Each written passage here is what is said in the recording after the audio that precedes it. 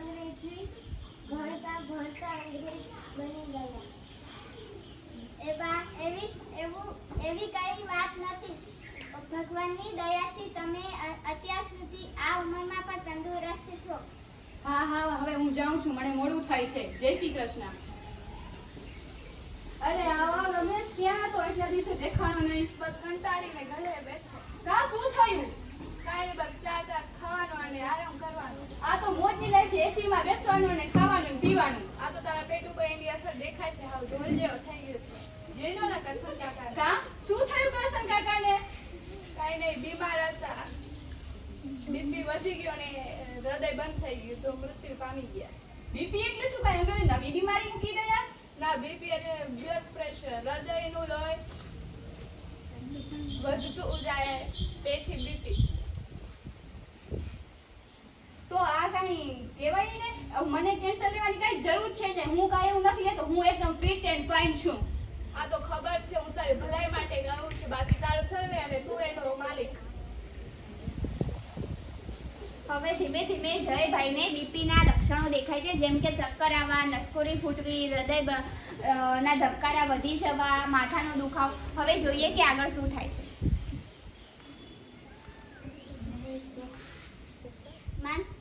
ક્રિસા, જોતો તાર બાપુને શું થયું? પપ્પા તમને શું થયું? મને કાંઈ નથી થયું, મને ખાલી ચક્કર આવે છે. હું આરામ કરીશ તો ઠીક થઈ જઈશ. હે માં, મારા દીકરાને આ શું થયું? આ કઈ આફત આવી? હાલો આજે આપણે મંદિરે જઈએ. એ બા, મંદિરે જવાની કાંઈ જરૂર જ નથી. આપણે ડોક્ટર પાસે જશું તો ઠીક સારું થઈ જશે. હું રમેશ કાકાને ફોન કરું.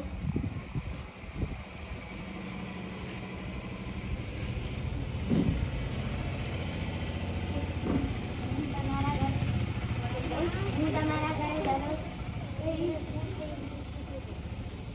શું થયું? કાંઈ નહીં, બસ ચક્કર આવે છે. આરામ કરીશ તો ઠીક થઈ જશે. હું તમારા ઘરે દરરોજ આવતી હતી તો તમે મને આ વાત કેમ ના કહી? હવે આપણે અમારા CHO પાસે જવું પડશે.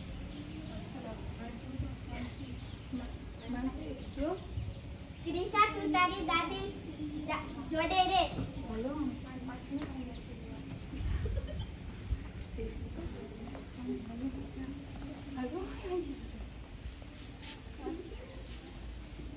શું થયું? બસ કાંઈ નહીં, 1 મહિનાથી ખાલી ચક્કર જેવું આવે છે ને માથું ને દુખે છે. ઓહો, તમને તો બીપીના બધા લક્ષણો છે. 1 મહિનાથી ચક્કર આવે છે, છતાં તમે અહીંયા ના આવ્યા? કંઈ નહીં, બેસો, હું તમારું બીપી ચેક કરી લઉં.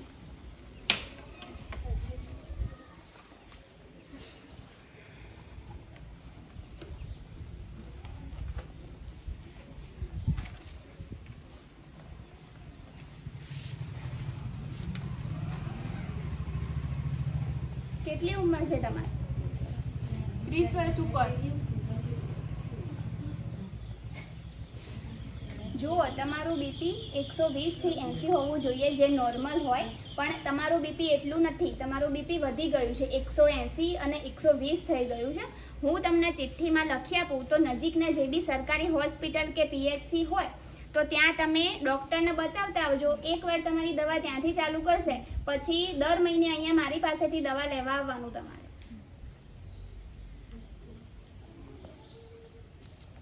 ડૉક્ટર પાસે જઈને કહેજો કે અમારા ગામના CHO એ મોકલ્યા. મોકલ્યું છે. બેસો. શું થયું છે? બીપી એમ કહેતા હતા, બીપી વધી ગયું છે. બરાબર, કંઈ નહીં, હું તમારું બીપી ચેક કરું.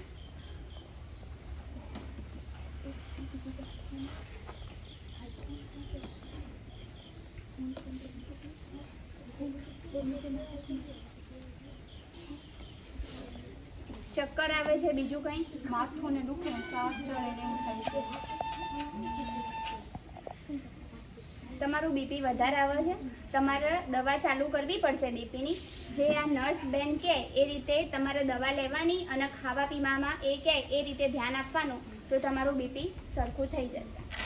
તમારે મીઠું ઓછું ખાવાનું, પૌષ્ટિક આહાર લેવાનું અને દરરોજ અડધો કલાક ચાલવાનું અને દારૂ, બીડી, સિગરેટ પીતા હોય તો મૂકી દેવાનું અને હું જે તમને દવા આપું તે દરરોજ લેવાની. હા, મારી જ ભૂલ છે કે મેં મારી તબિયત ઉપર ધ્યાન ના આપીને તો આવું થયું. હવે હું મારી દવા નિયમિત લઈશ અને પૌષ્ટિક આહાર કરીશ. જુઓ, તમારે આ દવા લેવાની પડી કે બીપી એ એક જીવલેણ રોગ છે.